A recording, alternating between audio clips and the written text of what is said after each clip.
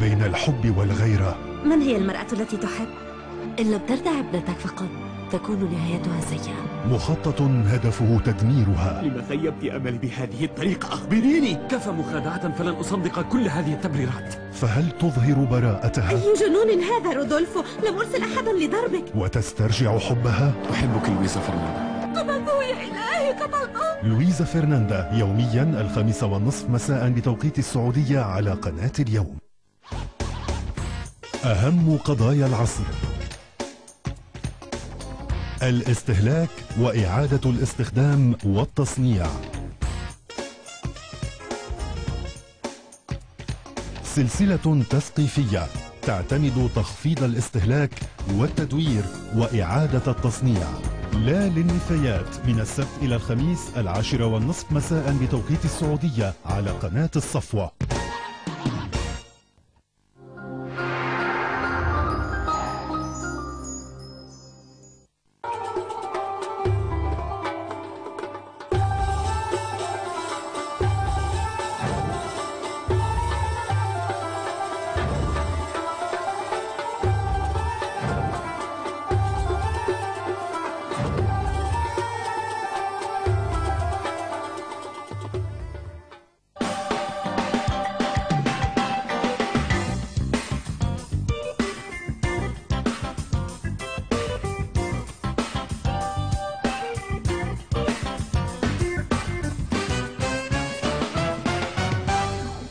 نرجع لكم تاني حديث مع استاذنا الكبير الاستاذ عادل حموده. استاذ عادل، الرئيس مبارك دلوقتي فين؟ في شرم الشيخ. شرم الشيخ مع كامل الاسره ولا الاسره سابته؟ مع كامل الاسره، كلهم موجودين. تفتكر ان حصل، حضرتك فاكر طبعا انه يوم ما مثلا يلتسن جه يمشي قعد مع بوتين واتفقوا انه لا مساس، انا همشي واسيب لكم الحكايه بس انا متامن انا وعيلتي. فاكر حضرتك كان في كان في يلتسن كان عليه حاجات وكده. لا، نيكسون وفورد. تفتكر انه حصل اتفاق زي ده؟ انا ما اعتقدش انه حصل اتفاق بالمعنى ده، ولكن طبعا واضح من انه لا يعني لو تم ملاحقه الرئيس دلوقتي هيتجاب. النائب العام بيحقق في ثروه آل مبارك دلوقتي رسميا اعلنوها. خلي بالك انك مش محتاج الى قرار حكومي بالملاحقه، ولا محتاج الى قرار حكومي بمطارده الاموال. وخليني اقول لك واعلن ذلك ان الذين جمدوا اموال عائله مبارك في سويسرا هم مجموعه الحقوقيين اللي كانوا من خلال الدكتور حسام عيسى، اللي هم كاتبين عندنا بكره ان هم في الحقيقه اللي هم قدروا في سويسرا يقدروا يوصلوا لهذا الحد. هو اظن ان القانون اتغير دلوقتي وسويسرا دخلت في الحكايه. القانون الدولي واضح جدا. اي خلاف على اي شخصيات عامه او حاكمه فيها شبهه فساد يلزم بتجميد الارصده. وانت لحين انا اللي طالب بمحاكمه البشير ما كانش حكومه، محكمه وكومبو. لا انا بس مصر عمرها ما وقعت.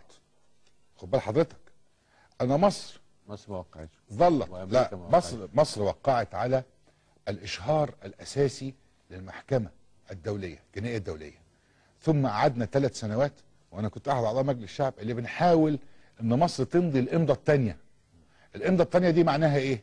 ان المحكمه تقدر بشكوى من شعب مصر تخش تحاكم اي مسؤول. لا، قبل شعب مصر يا جماعه. انا ما اظنش انه لا عمر سليمان ولا احمد شفيق ولا المشير طنطاوي هيسلموا الرئيس. انا اعتقد كده. يعني اظن انه حصل اتفاق. لا شردي، يعني اقصد هم الناس كانوا من النبل ان هم فضلوا وراه لغايه ما مشي، لكن هم كان عندهم جمله واحده كمان احنا مش لازم ننساها، ان الجيش المصري يرفض اهانه احد رموز ابنائه. ما هو برضو يا جماعه في مؤسسه موجوده برضو عملت حاجه فبتقول لك بقى كمان ما تجيش يعني ايه. هو كده بالظبط. انت فاهم ازاي؟ فهي دي ولا انا بتكلم وده اتقال مباشره بتصريحات مباشره. حضرتك بتقول لي ان هو في شرم الشيخ. شرم الشيخ صحته اخبارها ايه؟ تتردد انباء بقالنا 3 ايام دلوقتي ولا يومين، انباء كتيره جدا. طبعا الشائعات دلوقتي جلطات وذبحات الناس اللي بتتبرع باخبار والبلبله اللي حاصله. هل هناك اي معلومه عن صحته؟ انا ما اعتقدش، انا ما عنديش معلومات، بس انا عايزك تحط نفسك مكانه، تقدير صحي لرئيس تعرض لأزمات صحية حادة جدا، سن 84 سنة، يعني يعالج بعلاجات يعني اللي هي بيسموها الصب وشوف اللي شافه في التلفزيون ده صب ميديسن، يعني دي اللي هي ما بعد الأدوية بتاعها، يعني أدوية عنيفة جدا. وفي نفس الوقت أنت قدام تتعجب انك من الممكن تنام ازاي، يعني في فتره ال 18 يوم دول بايام الثوره وبعدها. الحاجه الثانيه انا بعتقد انه الان هو متالم جدا من الناس اللي افادهم لانه في جمله في الخطاب بتاعه لما قال ايه وعلى اي حال. الجمله دي فيها مراره غير عاديه.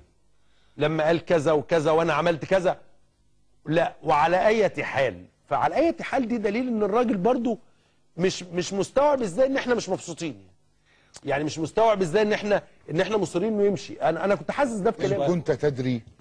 لا في محمد هو كان عنده احساس انه لا مش ممكن الناس دي تكون متضايقه مني، مش ممكن يكونوا متضايقين قوي كده، مش ممكن يكون الناس اللي بتشتمني في الشارع دي حقيقيه. هي دي احد صفات الحكم الفردي، انك باستمرار تعتقد اولا نتيجه العزله ونتيجه الاعلام ونتيجه التقارير الخاطئه ونتيجه البطانه والحاشيه انك لا تعتقد ان صورتك سيئه عند الراي العام. لان لو كانت موجوده لازم تصلحها، ولا مش مظبوط؟ صح. الحاجه الثانيه انك يجب ان تقاوم، يعني تقاوم اخر لحظه. هو ده راجل انك لا جيش تستطيع طبعا. ان تختار التوقيت المناسب. الحاجه الثالثه والاخطر في اداره الازمه ان الازمه باستمرار قدمت للشعب المصري مجموعه مكاسب يوميه جدا ولكنها كانت متاخره، فباستمرار ده صحيح الثوره سبقت استجابه النظام. انا اظن ان اكتر واحد كان عنده خساره في كل المجموعه ديت جمال مبارك. مفيش جدال انه الرئيس خسارته مفهومه انها خساره كبيره، ولكن هو رجل في كل الاحوال كان في نهايه عمره. مفيش جدال. انما الراجل ده خسر. بس عايز اقول لك حاجه. الحقيقه ان حسني مبارك خسر بسبب جمال مبارك. بسبب احنا اخر 10 سنين عشنا فيما يسمى بسرطان التوريث. سرطان التوريث هو ورم ضغط على العقل السياسي المصري واصبح ما فيش حاجه ما بتمرش من غير توريث. انت عينت البنوك، رؤساء تحرير الصحف، وزاره رجال الاعمال، اعضاء الغرف التجاريه، وبعدين بدات تفرز لجنه السياسات، بدات تفرز الناس ده مع التوريث ولا ضد التوريث، علاقتك باسرائيل، رجاله جمال، كل اي حاجه خلت مصر موقفها العربي في حاله مراجعه، ضعيف، موقفها الدولي في حاله مراجعه، افريقي حاجه تكسب. المشكله اللي حصلت لك في افريقيا في حاله مراجعه، موقفك الداخلي في حاله مراجعه. بس عايز اسالك سؤال بقى بعد ما ده كله خلص، لان احنا اتكلمنا في الموضوع ده 100 مره. هو فعلا كان هيجيب جمال مبارك رئيس؟ 100%. 100%. وانا عايز اقول حاجه، اي حد النهارده يعني في فرحه حصلت طبعا، وفي بجد شعب اتولد من جديد، وفي شخصيه مصريه شال من على صدرها بلاوي شديده جدا، لكن صدقني اقسم بالله العظيم انه ما يمكن ان يعانيه المصريون الان هو جنه بالنسبه لما كان قادما لو جاء جمال مبارك. وانت شايف ان احنا هنعاني كتير في الفتره دي؟ لازم هنعاني، بس مش زي ما كنا هنعاني لو كان جمال. بس هنعاني، هنبني لنفسنا. هتبني لنفسك وهتعاني، معاناتك هنا معاناة التفاعل من انك انت تعيد صياغة مستقبلك، لكن معاناة الذل والقهر والغطرسة والتعامل بانك تحط يعني تتعامل مع الناس بهذه الطريقة، انك تجيب هذه الشخصيات يا اخي ده بعقلياتها، عقلية احمد عز في النظر الى الشعب المصري. انت يعني هل من الممكن انت عايزك تقيس وانت راجل اشتغلت بالعمل السياسي، عايز تقيس ان احمد عز يصبح على قمة المفكرين والعاملين والمنفذين السياسيين؟ في ايه؟ ايه ده؟ وعايز اقول لك حاجة، كان جمال مبارك ينظر اليه بوله، باعجاب مفرط. ولا العكس؟ بينظر لمين؟ لا جمال كان معجب باحمد عز، كانوا بيعتبروا عبقري. يعني ما كانش بينهم خلافات؟ لا سيبك من الكلام ده، كان بيعتبره عبقري، وهو ده طبعا اذا كان ده عشان كده سلموا انتخابات. كان ابراهيم كامل هو دارع فكره يعني التوريث، فصانع الفكره ده، مع ان انا عندي قناعه باستمرار ان كان احمد عز بيشتغل لحسابه في الاخر خالص. انت كنت بتتكلم على حد عنده 12,000 تليفون مع كل اعضاء الحزب الوطني قاعديه كلهم. انت كنت بتتكلم على سيطره على اعضاء الحزب، انت عارف بالطرق المختلفه الماليه دي كلها.